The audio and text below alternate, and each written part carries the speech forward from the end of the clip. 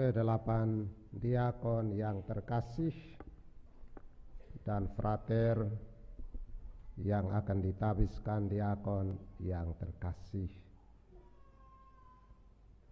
Orang tua dan keluarga, para diakon dan frater yang terkasih, umat sekalian yang dikasihi Tuhan, saudara-saudaraku para imam Tuhan yang terkasih,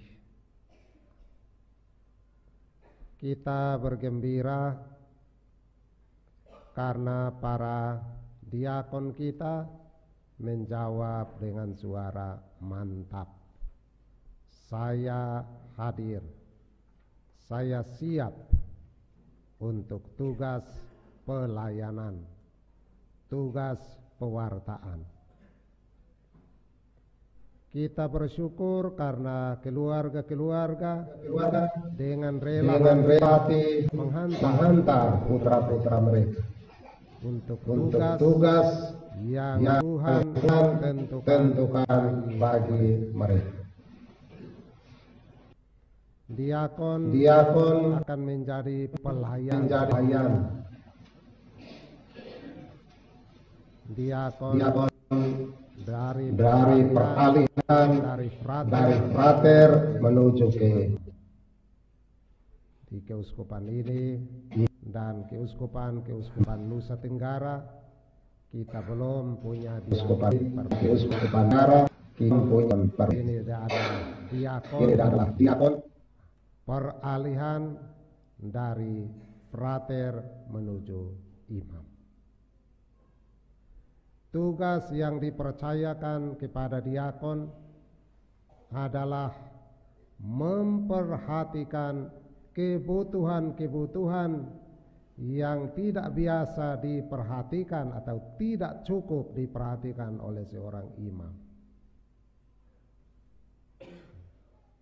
NTT penuh dengan orang miskin. Tugas diakon menjadi miskin, menjadi saksi dari Kristus yang miskin, yang karena kemiskinannya memperkaya banyak orang. Dia akan menjadi penolong bagi mereka semua yang ditinggalkan. Istri-istri yang ditinggalkan karena suami-suami pergi ke Malaysia. Suami-suami yang ditinggalkan karena istri pergi ke Malaysia. Anak-anak yang ditinggalkan karena orang tua, bapak dan mama pergi. Tuntutan kehidupan memaksa mereka untuk pergi. Diakon adalah hati Allah, cinta Allah, perhatian Allah untuk mereka ini. Dan di keuskupan-keuskupan kita masih banyak masalah yang kita hadapi di sini. Bersama dengan para imam, diakon akan tampil menjadi pembaca Injil. Diakon akan berdiri menjadi pelayan paling dekat di altar Tuhan. Dan dari situlah kita dapati kebesaran dari panggilan para imam.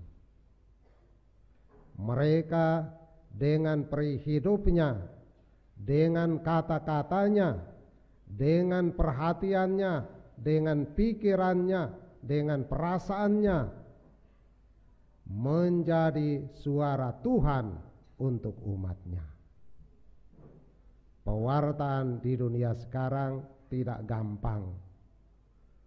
Sabda ada banyak. Sabda dari HP berbicara lebih kuat dari sabda di dalam kitab suci.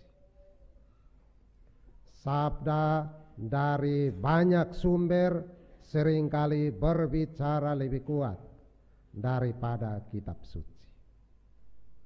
Para imam Tuhan, kita semua bersama dengan imam-imam yang ditabiskan adalah pelayan sabda Tuhan yang dibacakan secara liturgis, yang direnungkan secara eksistensial untuk menjadi jiwa dan raga kita. Sabda Tuhan hendaknya diolah, dikunyah, dibaca, direnungkan, dimasukkan di dalam hati, dihayati, dan dijalankan dalam kehidupan.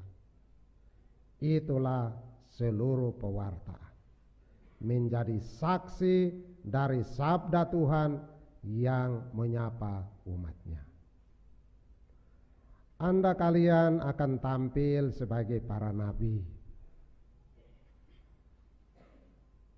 Banyak hal harus dikoreksi. Tidak perlu kita berdemo. Sudah banyak kelompok lain yang demo.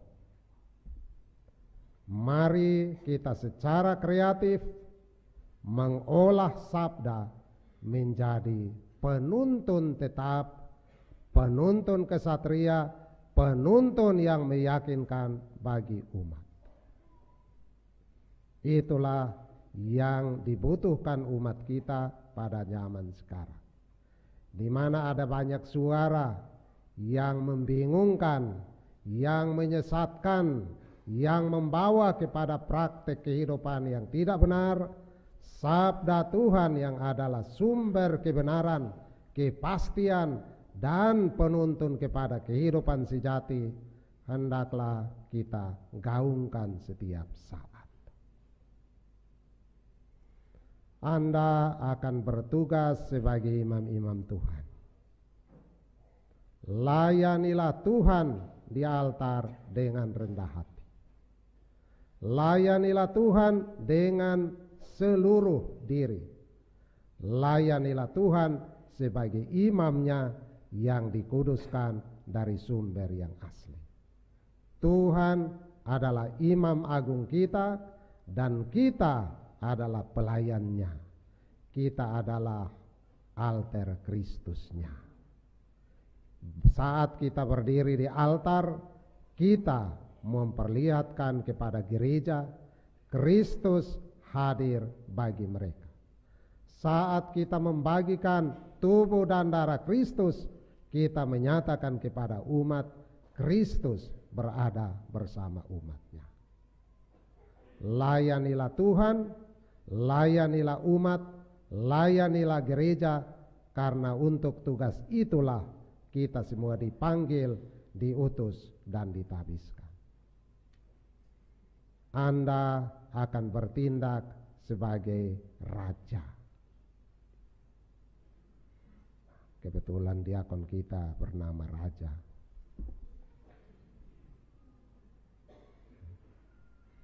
Sebelum ditabiskan dia sudah raja memang.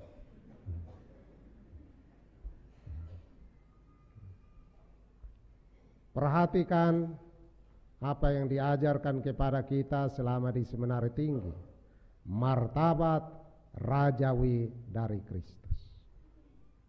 Kristus dimahkotai bukan dengan kekuasaan duniawi, bukan dengan keagungan yang berasal dari dunia, tapi dia bermahkotakan kemuliaan surgawi. Mahkotanya yang paling besar yang memukau seluruh dunia sampai sekarang adalah mahkota duri. Dan dia memukau seluruh dunia justru karena dia berdiri secara meyakinkan dan lantang memeluk salib, dan dari sanalah dia meraja untuk kita semua. Itulah Raja Kristus yang jalannya kita ikuti, yang kekuatannya kita timba dan kita hayati di dalam kehidupan. Dan dengan demikian Anda semua menjadi imam-imam Tuhan yang menghayati imamat Yesus Kristus sebagai imamnya yang dikuduskan bagi gereja. Kita bergembira dan bersukacita hari ini karena di dalam gereja semangat pelayanan Kristus tidak pernah sirna. Kita mendoakan para imam kita, semoga mereka setia pada tugas yang Tuhan percayakan ke dalam tangan mereka, yang Tuhan meteraikan dalam jiwa mereka, dan karena cinta kasih Tuhan mereka dijadikan imam-imamnya. Selamat berbahagia para imam, Tuhan menjadikan Anda bermartabat karena imamat.